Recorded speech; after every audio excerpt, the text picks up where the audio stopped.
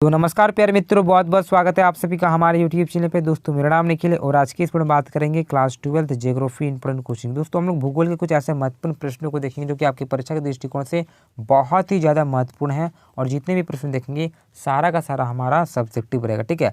और मैंने ऑब्जेक्टिव का भी वीडियो बना रखा है, अगर आपने उसे नहीं देखा तो चैनल पर जाकर देख सकते हो। चले पहला प्रश्न की बात करेंगे तो यहाँ पे फर्स्ट क्वेश्चन पूछा गया है कि भारत में जनगणना किस वर्ष प्रारंभ हुआ, ठीक है। तो यहाँ पे कब से प्रारंभ हुआ हमारा जनगणना वो बताना है, ठीक है। चलिए देखते हैं उत्तर क्या है। दोस्तों भारत में सर्वप्रथम जनगणना सन 1872 में लॉर्ड मेयो के कार्यकाल में की गई थी, जो कि अधूरी और अपूर्ण रही थी। वर्ष 1881 में पहली बार व्यवस्थित जनगणना की गई। तब से लेकर आज तक अभी तक नियमित रूप से प्रत्येक 10 साल बाद हम लोग जनगणना करते हैं, ठीक है। तो इस प्रकार से आप बोल सकते हो दोस्तों कि सबसे पहला जो जनगणना हुआ था 1872 में हुआ था, ठीक है। और लॉर्ड मेयो के कार्यकाल में हुआ था। इन चीज़ों को आपको याद रखना, ठीक है, क्योंकि अधूरी रही लेकिन 1881 के बाद से फिर से प्रारंभ किया जनगणना और उसको लेकर अभी तक प्रत्येक 10 बार वर्ष में हम लोग क्या करते हैं, जनगणना अपना करते हैं। तो इस प्रकार से आप रख सकते हो याद है, ठीक है। चलिए तो एक नंबर टाइप में आपको पूछ लिया जाएगा कि सबसे पहला आपका जनगणना कब हुआ था, तो आप बोल सकते हो 1872, ठीक है। और व्यवस्थित रूप से कब किया गया 1881, ठीक है। और 72 वाला मेयो के कार्यकाल में हुआ था, याद रखना है। चलिए दूसरा प्रश्न की बात करेंगे। यहाँ पे प्रश्न पूछा गया है कि मिश्रित कृषि से आप क्या समझते हैं, यानी कि मिश्रित कृषि क्या है। दोस्तों बहुत ईजी है मिश्रित कृषि, देखने की समझने का प्रयास करते हैं, ठीक है। क्या है दोस्तों कि मिश्रित कृषि में फसलों और पशुओं को दोनों को ही समान महत्व दिया जाता है। इस प्रकार की कृषि में फसल उत्पादन तथा पशुपालन साथ साथ किया जाता है। देखिए दोस्तों इसमें क्या होता है कि जो मिश्रित कृषि है इसमें जो फसल है, मान लीजिए कोई फसल आप बो रहे हैं, ठीक है, उगा कर रहे हैं, फसल के साथ साथ आप पशु को भी पाल सकते हो। मान लीजिए कोई पशु आप रखते होगे तो उसे भी कर सकते हो। और इन दोनों को समान महत्व दिया जाता था। जितना फसल को महत्व दिया जाता था उतना पशु को भी महत्व दिया जाता। क्यों दिया जाता? अगर पशु ना रहे तो हमारा फसल कैसा होगा, ठीक है। इसलिए दोनों को ही समान महत्व दिया जाता था। लोग कृषि भी क्या करते थे, पशुपालन भी क्या करते थे, यानी कि पशुओं को भी पाला करते थे, ठीक है। तो बहुत ईजी आप बोल सकते हो कि मिश्रित कृषि में पशु को और जो फसल है इन दोनों को ही महत्व दिया जाता था। चलिए तीसरा प्रश्न की बात करेंगे। यहाँ पे प्रश्न पूछा गया है कि जनसंख्या की दृष्टि से भारत के प्रथम सबसे बड़े राज्य कौन से हैं। यहाँ पे जनसंख्या के दृष्टिकोण से बात किया जाता है तो आप बोल सकते हो दोस्तों कि भारत में सबसे बड़ी जो जनसंख्या है वो उत्तर प्रदेश की यानी कि यूपी की है, ठीक है। चलिए हो गया उत्तर। चौथा प्रश्न की बात करेंगे। यहाँ पे प्रश्न पूछा गया किन्हीं दो पदार्थों का नाम बताएं। तो दो प्रमुख पदार्थ पेय पदार्थ यहाँ पे क्वेश्चन होना चाहिए दोस्तों। तो पेय पदार्थ आपका चाय और कॉफ़ी बोल सकते हैं, ठीक है। कोई पूछेगा कि दो प्रमुख पेय पदार्थ, तो पेय आप बोल सकते हो जो पीते हैं या चाय और कॉफ़ी। पांचवा प्रश्न पूछा गया कि धात्विक खनिज किसे कहते हैं। तो धात्विक खनिज दोस्तों जिस खनिज में धातु प्राप्त होती है उन्हें हम लोग धात्विक खनिज कहते हैं, जैसे कि लोएस बॉक्साइट इत्यादि, ठीक है। इस प्रकार से आप बोल सकते हो, ठीक है। धात्विक खनिज यानी कि इसमें धातु का अंश पाया जाता हो, ठीक है, जिसमें धातु प्राप्त होती हो उसे हम लोग धात्विक खनिज बोलेंगे। और जिसमें धातु नहीं पाई जाती उसे अधात्विक खनिज कहते हैं, ठीक है। बहुत ईजी है। छठा प्रश्न की बात करेंगे। यहाँ पे प्रश्न पूछा गया कि अंतर्राष्ट्रीय प्रवास को परिभाषित करें, यानी कि जो अंतर्राष्ट्रीय प्रवास है वो क्या है, ठीक है। प्रवास इस प्रकार से आप एक राज्य से दूसरे राज्य भी लोग करते हैं, एक देश से दूसरे देश भी करते हैं, और एक इस प्रकार से सभी जगह लोग प्रवास करते रहते हैं। तो आपको अंतर्राष्ट्रीय प्रवास को परिभाषित करना है, ठीक है। तो आप बोल सकते हो दोस्तों कि एक देश से दूसरे देश या फिर एक महाद्वीप से दूसरे महाद्वीप में होने वाले प्रवास को हम अंतर्राष्ट्रीय प्रवास कहेंगे। बहुत इजी दोस्तों, मैं समझाने का प्रयास कर रहा हूँ, सारा चीज़ इजी है, सिर्फ आपको समझना है, ठीक है। देखिए अंतर्राष्ट्रीय प्रवास क्या है कि एक देश से दूसरे देश या तो फिर एक महाद्वीप से दूसरे महाद्वीप में जो लोग जाते हैं उन्हें ही हम लोग अंतर्राष्ट्रीय प्रवास करते हैं। यानी कि मान लीजिए आप भारत में हैं और अमेरिका जाना चाहते हैं तो आप अमेरिका में प्रवास करते हैं, चाहे वो काम के लिए करते हैं चाहे खुशी के लिए करते हो, लेकिन प्रवास तो करते हैं। कोई अमेरिका से भारत आता है तो इस प्रकार से कोई जर्मनी से जापान जाता है, तो ये हो गया आपका प्रवास, वो अंतर्राष्ट्रीय प्रवास हो गया। क्यों? क्योंकि वो एक देश से दूसरे देश जा रहे हैं, एक कंट्री से दूसरी कंट्री जा रहे हैं, ठीक है।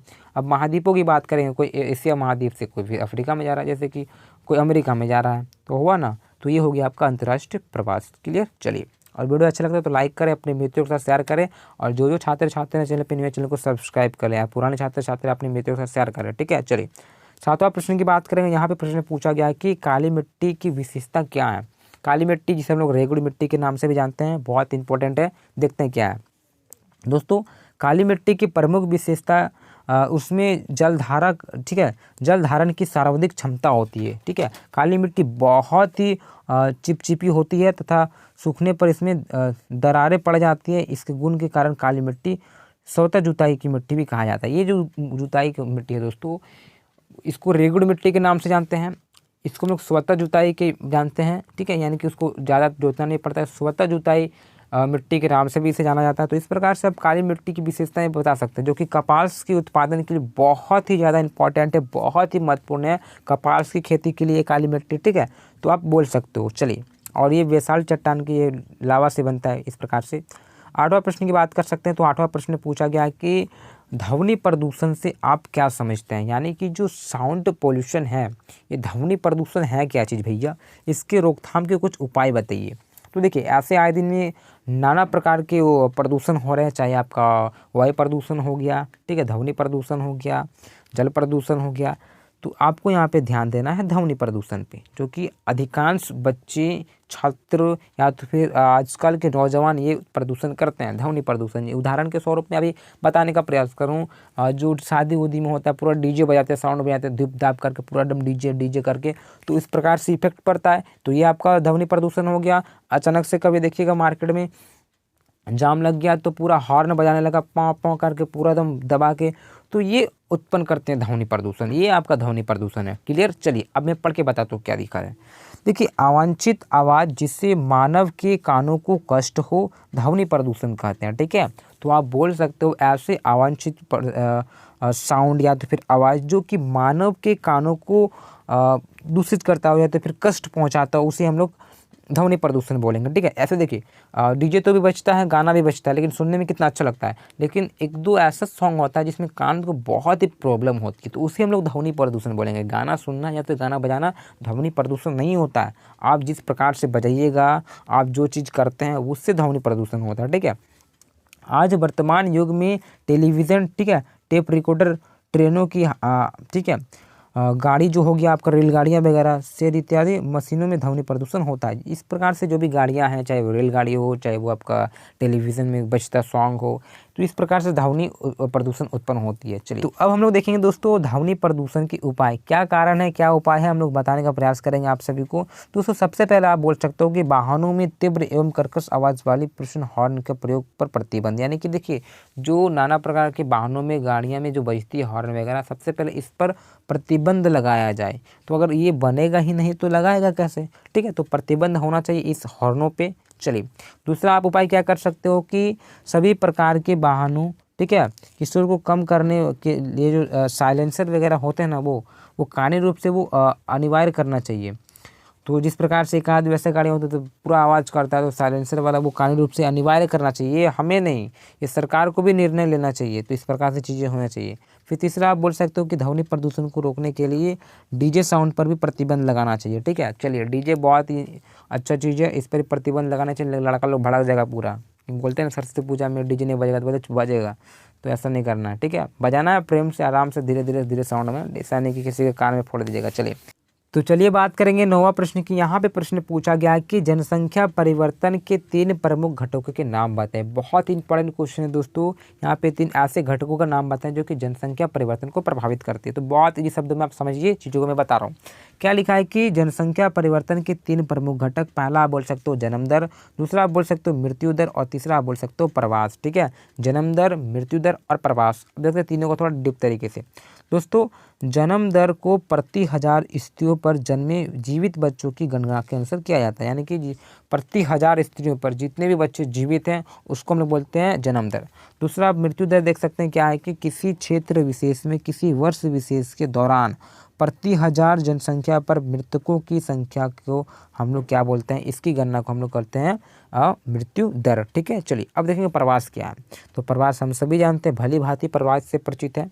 प्रवास मनुष्य और संसाधनों के बीच बेहतर संतुलन सब, ठीक है, स्थापित करने की दिशा में उठाया गया कदम है। इसके अंतर्गत लोग प्रतिकर्ष कारक को कारण तथा एक स्थान से दूसरे स्थान को छोड़ देते हैं। अपकर्ष कारक के कारण भी एक स्थान से दूसरे स्थान में बस जाते हैं। तो इस दौरान जनसंख्या का परिवर्तन होता है, ठीक है। तो आप बोल सकते हो जनसंख्या का परिवर्तन कैसा होता है। देखिए, जनसंख्या मान लीजिए इस देश का इतना जनसंख्या है।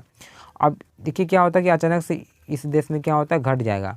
अब घटेगा तो घटने का कारण क्या है जनसंख्या का, इतना मान लीजिए जनसंख्या है, घटने के कारण क्या है। घटने का मेन रीज़न ये हो सकता है दोस्तों कि क्या हुआ कि कोई बच्चे कोई भी वहाँ के जो लोग हैं वो मर जाएंगे तब घटेंगे, लेकिन मारेंगे तो नहीं भैया, उसमें बढ़ता भी है तो इसमें बढ़ेगा भी। तो क्या होता है, कोई जन्म लेता है तो बढ़ता है, यानी कि परिवर्तन हो रहा है, चाहे वो मरेगा चाहे वो बढ़ेगा, तो उसमें परिवर्तन हो रहा है ना। और उसमें से क्या होता है, कुछ लोग क्या होते हैं दूसरे देश में चले जाते हैं काम के लिए, तो इसमें से जनसंख्या का परिवर्तन होता है। तो जनसंख्या परिवर्तन का मतलब हुआ घटना बढ़ना सब मिला गया, ऐसा नहीं कि खाली मरना ही होगा, ठीक है। तो आपको ध्यान रखना, तो तीनों चीज़ आप बोल सकते हो, ठीक है। किसी क्षेत्र विशेष में जनसंख्या बढ़ती भी है घटती भी है, और किसी एक स्थान से दूसरे स्थान चले जाती है। तो ये सारे का सारे आपको हो गए जनसंख्या परिवर्तन। आई होप आपको पूरा का पूरा कॉन्सेप्ट समझ में आया होगा तो अपने मित्रों के साथ शेयर जरूर करें। चलिए 10वां प्रश्न की बात करेंगे। यहाँ पे आप सभी का प्रश्न पूछा गया, क्या पूछा गया है कि भारत में उपग्रह प्रणाली के महत्व का वर्णन करें, ठीक है। चलिए देखते हैं क्या है।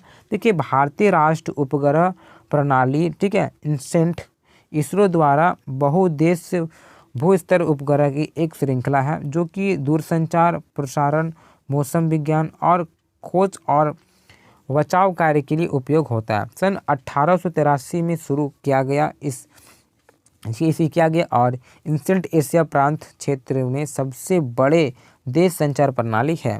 भारत सरकार के अंतरिक्ष विभाग, दूरसंचार विभाग, भारतीय मौसम विज्ञान तथा ठीक है जो आकाशवाणी जो है ना, ठीक है, या तो फिर दूरदर्शन है, इन चैनल के संयुक्त उद्यम है। तो इस प्रकार से आप बोल सकते हो उपग्रह प्रणाली के महत्व का वर्णन, ठीक है।